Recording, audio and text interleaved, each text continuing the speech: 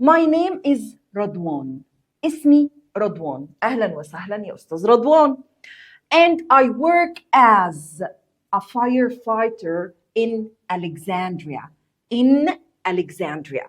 يبقى أول معلومة عرفناها عن أستاذ رضوان وهي is a firefighter. بس قال حاجة، هو ما قالش I am a firefighter. قال إيه؟ I work as. أنا أعمل كرجل إطفاء. Many people think our job is just putting out fires.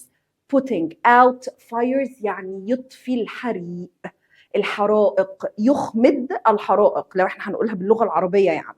We rescue people.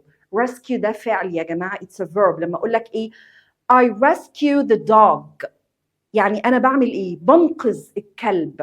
طب هو هنا بيقول لك إيه؟ We rescue people يعني إحنا بننقذ الناس، بينقذوا طبعا حياة الناس from car accidents من حوادث العربيات.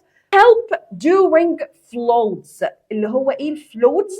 اللي هي الفيضانات. تمام؟